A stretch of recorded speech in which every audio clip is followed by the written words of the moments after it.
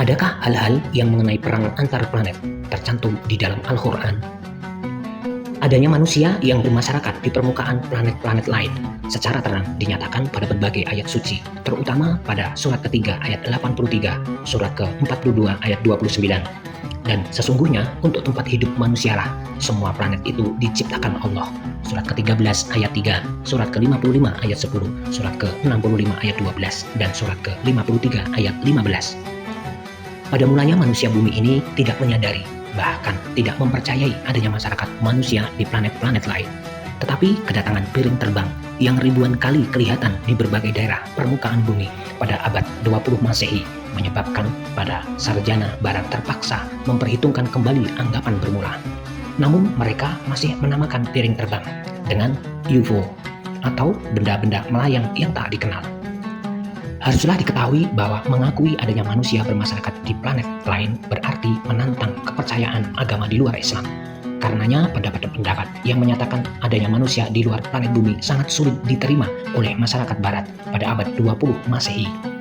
Kemudian itu telah memperoleh berbagai bukti nyata bahwa UFO itu bukanlah hayal dan bukan dongeng, tetapi adalah benda-benda nyata melayang sebagai pesawat angkasa berwujud konkret.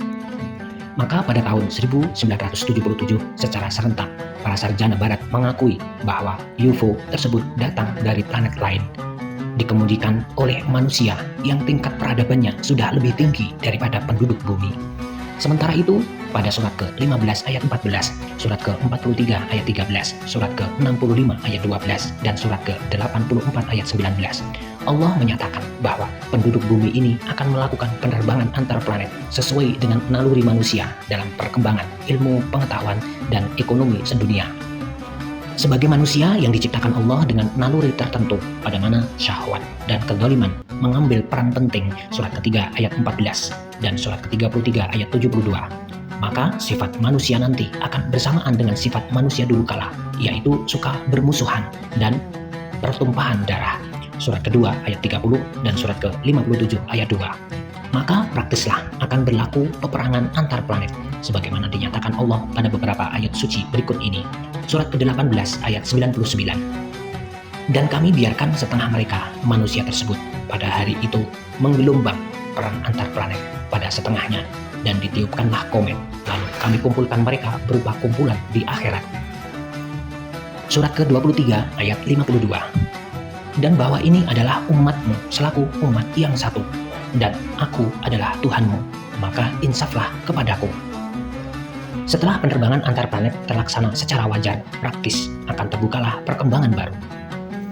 Bahwa teori evolusi yang selama berabad-abad berpengaruh di permukaan bumi terpaksa ditinggalkan.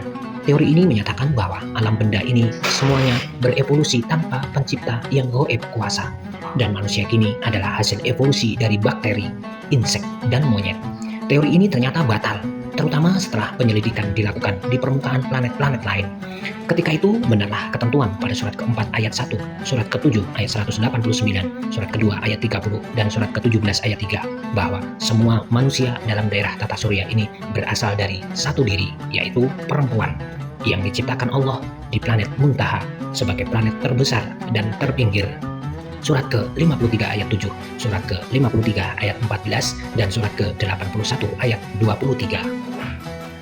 Bahwa ajaran Trinitas yang menyatakan Tuhan tiga, Bapa, Ibu, dan Anak, akan mendapat tantangan berat dan hebat, berakhir dengan keruntuhan total. Surat ke-15 ayat 15, surat 43 ayat 14. Dan diakuilah keesaan Allah sebagai dinyatakan pada surat ke-112 ayat 1 sampai 4. Waktu itu akan sadarlah manusia bumi tentang kafirnya atau kelirunya orang-orang yang mengajarkan Tuhan yang kuasa itu tiga si jodi, tiga beranak.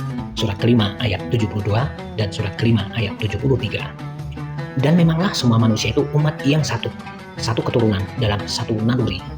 Hanya terpisah pada daerah, bahasa, warna kulit, dan aliran pendapat. Surat ke-23 ayat 52, surat ke-49 ayat 13, dan surat ke-76 ayat 3.